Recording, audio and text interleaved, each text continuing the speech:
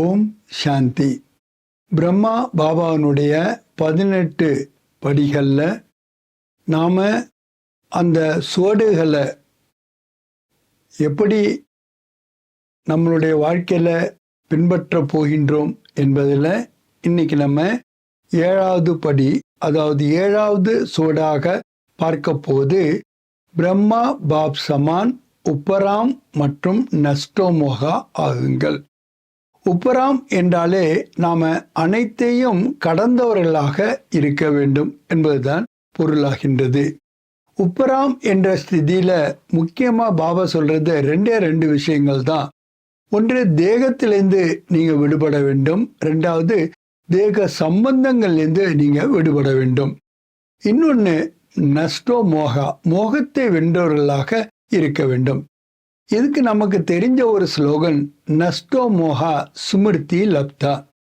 அதாவது நினைவு சொரூபமாக நாம் ஆக வேண்டுமென்றால் மோகத்தை வென்றவர்களாக இருக்க வேண்டும். அதாவது எனது என்பதிலிருந்து நாம விலக வேண்டும். இப்ப நினைவு சொரூபமாக ஆக வேண்டியனுடைய அவசியம் என்ன? பாபா சொல்றாங்க, அந்த மதி சோ கதி. கடைசி நிமிடத்துல நம்மளுடைய எண்ணம் எப்படி இருந்ததோ அதை பொறுத்து தான் நம்மளுடைய எதிர்கால அனைத்து பலன்களையும் நாம அடைகின்றோம். ஆக பாபா அதில் கூட நமக்கு 3 சாய்ஸஸ் கொடுக்கிறார். பாபாவுடைய நினைவில் தான் நாம இந்த சரீரத்தை தியாகம் செய்ய வேண்டும். அப்படி இல்லை என்றால் நம்மளுடைய வீட்டினுடைய நினைவில் நாம விடலாம். ஏன்னா எங்க போகணுமோ அங்க நம்மளுடைய சுமிருத்தி இருக்க வேண்டியது அவசியமாக இருக்கின்றது. போகும்போது நம்ம தனியா போறதில்ல, பாபா கூட தான் போகின்றோம். பாபா தான் நம்மளை அழைத்து செல்கின்றார். எப்படி நாம வந்தோமோ அப்படித்தான் திரும்ப போகின்றோம். அதனாலதான் பாபா சொல்றாரு, நீங்க என்னுடைய துணையாக வர வேண்டுமே தவிர பராத்தியாக வெறும் அந்த கூட்டத்துல வருபவர்களாக வரக்கூடாது என்று கூறுகின்றார். அதனால்தான் ஒன்னு அவர் நினைவில் இருக்கணும், அல்லது எங்க போயிருந்தோமோ நம்மளுடைய வீட்டினுடைய நினைவு இருக்கணும். இன்கேஸ் அதுவும் நமக்கு நினைவுக்கு வரவில்லை என்றால் பாபா சொல்றாரு, உங்களுடைய சொர்க்கம் எங்க போக போறீங்களோ அந்த நினைவுல இருங்க அப்படின்னு சொல்றாரு. ஆக 3 சாய்ஸையும் கொடுத்த பிறகும் என்ன அந்த 3ஐயுமே நினைக்க முடியாது அப்படின்னு சொன்னா நம்மளால பாபாட்டேருந்து முழுமையான ஆஸ்தியை சம்பூர்ணமாக நம்மளால நிச்சயமா அடைய முடியாது. அதனாலதான் நஷ்டோ மோகா என்பது ரொம்ப முக்கியமான ஒரு ஸ்டெப்பா இருக்கு. ஏன் முதல் அடியாக கூட இருக்கின்றது என்று கூறலாம். ஆக இன்னைக்கு நாம பார்க்கிற 7வது படி பிரம்மா பாப் சமான் உப்பராம், அதாவது கடந்தவர்களாக இருக்க வேண்டும். எதுல எப்படி அப்படிங்கிறத இன்னைக்கு பார்க்க போகின்றோம். அதுல பாபா சொல்றாரு, அவர் தன்னை சொல்லும் போது, இந்த உடல் எனது அல்ல, நான் கடனாக பெற்றிருக்கின்றேன்.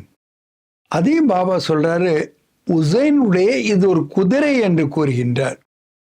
எப்படி உடல்லேருந்து அவர் உப்பராம் ஆவதற்காக இதை பயன்படுத்துகின்றார். அதே நேரம் தேக சம்பந்தங்கள்லேருந்து தன்னை விடுதலை செய்வதற்காக நானே பாபாவனுடைய குழந்தை, நானே குழந்தையாக இருக்கிறேன். அப்புறம் எனக்கு வேற என்ன சம்பந்தம் இருக்கின்றது? எப்போ பாபாவோட குழந்தையாக ஆகிவிடுகின்றனோ அனைத்து சம்பந்தையும் நான் அவருடன் வைத்து விடுகின்றேனோ அப்ப எனக்கென்று தேக சம்பந்தமே கிடையாது என்பதுல ரொம்ப தெளிவாக இருந்தார். அதனாலதான் அவரால் டபுள் லைட்டாக இருக்க முடிஞ்சது. டபுள் லைட் என்றாலே ஒன்று தேகத்திலிருந்து விலகி இருப்பது, இன்னொன்று தேக சம்பந்தங்கள்லேருந்து விலகி இருப்பது. பாபா மற்றபடி என்ன சொல்றாருன்னா, இந்த சரீரத்தை ஆதாரமாக எடுத்திருக்கின்றார். யாரு? சிவபாபா தன்னுடைய சேவைக்காக, உலக மாற்றத்திற்காக, புது உலக படைப்புக்காக இந்த சரீரத்தை ஆதாரமாக எடுத்திருக்கின்றார். ஆக நான் கூட ஃபரிஸ்தா சுரூபத்தில் தான் இருக்கின்றேன் என்று கூறுகின்றார். அதனாலதான் அடிக்கடி தன்னுடைய புருஷார்த்தத்தில் அவர் சொல்றாரு, தன்னை கெஸ்டாக நினைக்கின்றேன். இந்த வீட்டை கூட, அதாவது தேகத்தை கூட கெஸ்ட் ஹவுஸாக நினைக்கின்றேன். அதே பாபா இன்னொரு இடத்துல சொல்றாரு, இந்த தேகம் என்ற கோயில்ல நான் சைத்தன்யமான பாபாவினுடைய குழந்தை வாசம் செய்கின்றேன். இதை தூய்மைப்படுத்துவது எனது காரியமாக இருக்கின்றது. அதை மட்டும்தான் நான் செய்கிறேன் அப்படின்னு சொல்றார். அதே மாதிரி இன்னொரு விஷயம் பாபா சொல்றாரு, மகான் தன்மை உடையவனாக இருக்கின்றேன். நான் சாதாரண ஆத்மா கிடையாது. இந்த சிருஷ்டியில ரொம்ப விசேஷமான பாட்டு எடுத்து நடிக்கக்கூடிய ஆத்மாவாக இருக்கின்றேன். ஆக பரமாத்மாவினுடைய காரியத்துக்கு நான் உதவியாளனாக இருக்கின்றேன் என்றால், தேகத்திலிருந்து விடுபட்டு அதே நேரத்தில் தேக சம்பந்தங்கள்லேருந்தும் விடுபட்டவர்களாக இருப்பது தான் பாபா உபராம் ஸ்திதி என்று கூறுகின்றார். ஏன்னா எப்ப நாம உயர்ந்து போய்விடுறோமோ அப்ப பிரச்சனைகள் கூட நமக்கு சின்னதாக தான் தெரியும். நடந்து போகும்போது ஒரு கல்லு கூட தடுக்கி விழலாம். ஆனா ஓடும்போது அதை விட ரிஸ்க் அதிகமாக இருக்கிறது. விழுந்தோம்னா அடி பலமாகத்தான் இருக்கும். அதே நேரத்தில் பறக்கும்போது ரொம்ப ஜாலியா இலகுவா இருக்கும். ஆனா ரிஸ்க் மென்மேலும் அதிகம், விழுந்தா இறந்தே போயிடுவோம். அதே மாதிரிதான் நாம எப்ப இந்த ரிஸ்க் எடுக்கக்கூடியது அதிகமா எடுக்கின்றோமோ அவ்வளவுக்கு அவ்வளவுதான் நமக்கு பிராப்தியும் கூட கிடைக்கின்றது. கொஞ்சம் பெர்சன்டேஜில் நம்ம லாபம் அடைவதற்கு பதிலாக நிறைந்த பெர்சன்டேஜில் நம்ம லாபம் அடைய வேண்டும் என்றால் ரிஸ்க் அதிகமாக எடுப்பவர்களாக இருக்க வேண்டும். ஆக இந்த பயிற்சியை உப்பராம் பயிற்சியை நம்மளால பண்ணாம நம்மளால விடுபட்டவர்களாகவும் இருக்க முடியாது. நம்மளுடைய லட்சியத்தை நாம அந்த குறிப்பிட்ட நேரத்தில் அடையக்கூடியவர்களாகவும் இருக்க முடியாது. அதனால்தான் பாபா நமக்கு இந்த உப்பராம் என்பதையும் நஷ்டோ மோகா என்பதையும் இணைத்து கூறுகின்றார். நம்மளுடைய சரீரம் ஒரு ஆதாரமாகத்தான் இருக்கின்றதே தவிர நம்மளுடைய ஈடுபாடு எதில் இருக்கு அதுதான் ரொம்ப முக்கியம். எப்போ நம்ம மெட்டீரியலிஸ்டிக் திங்கிங்ல வந்துடுறோமோ அப்பதான் இந்த சரீரத்துக்கு முதலிடம் கொடுக்கின்றோம். இதனுடைய வசதி வாய்ப்புக்கு அல்லது இதனுடைய சுகத்திற்கு எல்லைக்குட்பட்ட பிராப்திகள்ல நாம இந்திரியங்களுக்கு வசமாக ஆகிவிடுகின்றோம். இந்திரியங்களினுடைய வசமாக ஆகாமல் இந்திரிய ஜீத் நம்ம ஆகாம நம்மளால மாயா ஜீத்தாகவோ அல்லது ஜெகத் ஜீத்தாகவோ ஆக முடியாது அல்லவா? அதனாலதான் பிரம்மா பாபா கூட கூறுகின்றார், தேக உணர்விலிருந்து நீங்கள் ஞாரா ஆகுங்கள். ஆக உப்பராம் ஸ்திதிக்கு நீ அனுபவம் பண்ணணும்னா ஞாரா ஒரு பியாரா இந்த ஸ்திதியில பேலன்ஸ் வேண்டியது ரொம்ப அவசியமாக இருக்கின்றது என்று கூறுகின்றார். எப்ப நம்ம ஞாரா ஆயிடுறோமோ பாபாவுக்கு பியாராவா ஆகிவிடுகின்றோமோ, எடுத்துக்காட்டுல பாபா சொல்றாரு, யாரிடமும் உங்களுக்கு பற்றும் இருக்காது, வெறுப்பும் இருக்காது. அதே மாதிரி எது செய்தாலும் நல்லதையே காணுகின்ற, நல்லதையே செய்கின்ற, நன்மை செய்கின்ற நான் விஸ்வ கல்யாணக்காரியாக இருக்கின்றேன் என்ற அனுபவத்தையும் நீங்க பெற்றுக்கொண்டே இருக்கின்றீர்கள். அதுக்கு கூட நமக்கு தெரியும், அன்பும் கருணையும் இல்லாம இதை அடைய முடியாது. கருணை இருப்பதனால என்ன நன்மை அப்படின்னு பார்த்தோம்னா, கெட்டவற்றதை கூட நல்லவையாக மாற்றக்கூடிய சக்தி நமக்கு அப்பதான் வருகின்றது. இல்லைன்னா ஒருவருடைய நடத்தையை பார்க்கும் பொழுது கருணை இல்லை என்றால் அவர்களுடைய தவறுகளை உங்களால் மன்னிக்கவே முடியாது. அவர்கள் அதை மன்னிக்காதவரை மறக்கவும் முடியாது. ஆக அவங்க அதை செஞ்சுட்டு அதுக்கப்புறம் அவங்க தன்னை மாற்றிக்கொள்ள கூட செய்யலாம். ஆனா அவங்க செஞ்சதை பார்த்து நீங்க அதை உங்களால மறக்கவும் முடியாம மாற்றிக்கொள்ளவும் முடியாம தடுமாறிக்கொண்டே இருப்பீர்கள். ஆக பிறரிடம் நம்ம சுப பாவனை சுப காமனா உடையவர்களாக இருக்க வேண்டும் என்றால் இந்த விஷயத்துல கவனம் கொடுக்க வேண்டியது அவசியமாக இருக்கின்றது. அதனால்தான் பாபா சொல்றாரு, தாமரை இலை தண்ணீர் போல. எப்படி தாமரை இலை தண்ணீர் உருண்டோடி விடுகின்றதோ அது அதுல தன்னை இணைத்து கொள்வதில்லையோ, அதே மாதிரி எந்த நிகழ்வுகளை நீங்க பார்த்தாலும் யாரை பார்த்தாலும் நீங்க கமல் ஃபூல் தாமரை இலர் சமமாக வாழ்க்கையை வாழ்பவர்களாக இருக்க வேண்டும். சேத்துல மறைச்சாலும் சேர் ஒட்டாம, தண்ணியிலே இருந்தாலும் தண்ணியால எப்படி நினைக்கப்படாம இருக்க வேண்டதோ அந்த அனுபவத்தை நீங்க பண்ணணும்னா உப்பராம் ஸ்திதியிலையும் இருக்கணும், நஷ்டோ மகா ஸ்திதியிலையும் இருக்க வேண்டியது அவசியமாக இருக்கின்றது.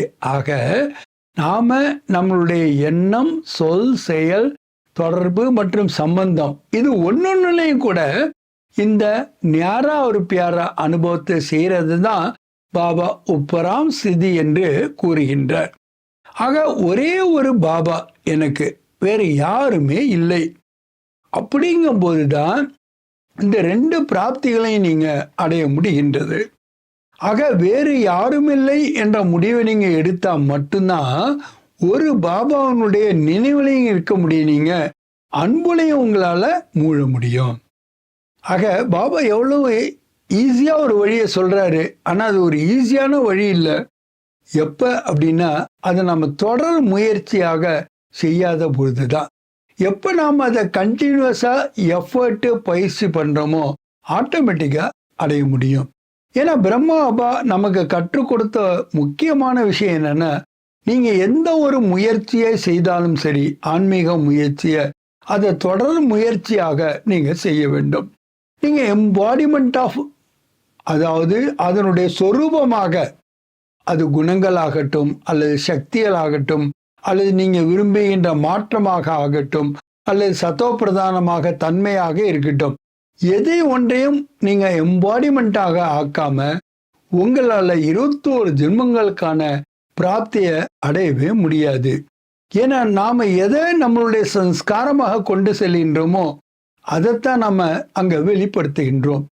ஆக நாம சம்ஸ்காரமா இப்ப ஆக்கி கொள்ள வேண்டும் என்றால் அதை திரும்ப திரும்ப பயிற்சி பண்ணுவவர்களாக இருக்க வேண்டும். ஆக ஞாரா பியாரா ஆகி நாம எப்ப உப்பராம் ஸ்திதியில் இருக்கிறோமோ, நஷ்டோ மோக ஸ்திதியில் இருக்கமோ, அப்பதான் நம்மளால நம்மளுடைய லட்சியத்தை அடைய முடிகின்றது. ஆக எனக்கு இருப்பது ஒரு பாபா, வேறு யாருமே இல்லை என்ற ஆட்டிடியூடை நம்ம ஃபாலோ பண்ணணும். இந்த உலகம் என்பது சம்பந்தங்களால ஆனது, மேலும் பிராப்திகளால ஆனது. ஆக சம்பந்தமின்றி நம்மளால பிராப்தி அடையவும் முடியாது. அதனால்தான் பாபாவிடமிருந்து அனைத்தையும் பெறக்கூடியவர்களாக நாம ஆகும் பொழுதுதான், அவரிடம் சர்வ சம்பந்தங்களுடைய அனுபவத்தை அனுபவம் செய்யும் பொழுதுதான், அந்த ரசனைகள்ல நாம மூழ்கும் பொழுதுதான் நாம இலகுவாக உப்பராம் ஸ்திதியையும் நஷ்டோ மோக ஸ்திதியும் அனுபவம் செய்ய முடிகின்றது. ஆக நாம குடும்பத்துல இருந்தாலும் கூட நம்ம பாவனைய நாம எப்படி வைத்துக் கொள்கின்றோம்? கிரகஸ்தி என்பதற்கு பதிலாக நான் இப்பொழுது சேவையின் பாகத்தை நடித்து கொண்டிருக்கின்றேன் என்ற சேவை பாவனையுடன் அவர்களுடன் நாம பழகினா மட்டும்தான் நம்மளால விடுபட்ட நிலையை அடைய முடியும். ஆக கிரகஸ்திக்கு பதிலாக தன்னை ட்ரஸ்டி என்ற நினைக்கு காரியங்களை செய்ய வேண்டியது அவசியமாக இருக்கின்றது. ஏன்னா அம்மானத்துல கயானத்தை பண்ணக்கூடாது. நாம எதைத்தான் பெற்று இருந்தாலும் கூட எல்லாமே இங்கே தான் பெற்றோம், எல்லாமே பாபாவிடம் தான் பெற்று இருக்கின்றோம். ஆக பாபாவிடமிருந்து பெற்றிருக்கின்ற அனைத்தையும் எனது என்று நினைப்பது ஒரு வில்லங்கமான விஷயமாகும். எப்ப நாம அதை எனது என்று நினைக்கின்றோமோ அது விசேஷத்தன்மை ஆனாலும் சரி, சிறப்பு தன்மையாக இருந்தாலும் சரி, அல்லது குணாதிசயங்களாக இருந்தாலும் சரி, அப்பதான் நாம அதை மிஸ்யூஸ் பண்ண ஆரம்பிச்சிடும். எப்படி பாருங்க, யூஸ் பண்றது, மிஸ்யூஸ் பண்றது, அப்யூஸ் பண்றது அப்படின்னு 3 விதமாக கூறப்படுகின்றது. அதே மாதிரிதான் நம்ம இறை ஞானத்தின் மூலமாக, பாபாவனுடைய சம்பந்தத்தின் மூலமாக நாம அடைந்து கொண்டிருக்கின்ற அனைத்து பொக்கிஷங்களையும் எப்படி பயன்படுத்துகின்றோம் என்பதோடு அதை எந்த பாவனையுடன் நாம பயன்படுத்துகின்றோம்.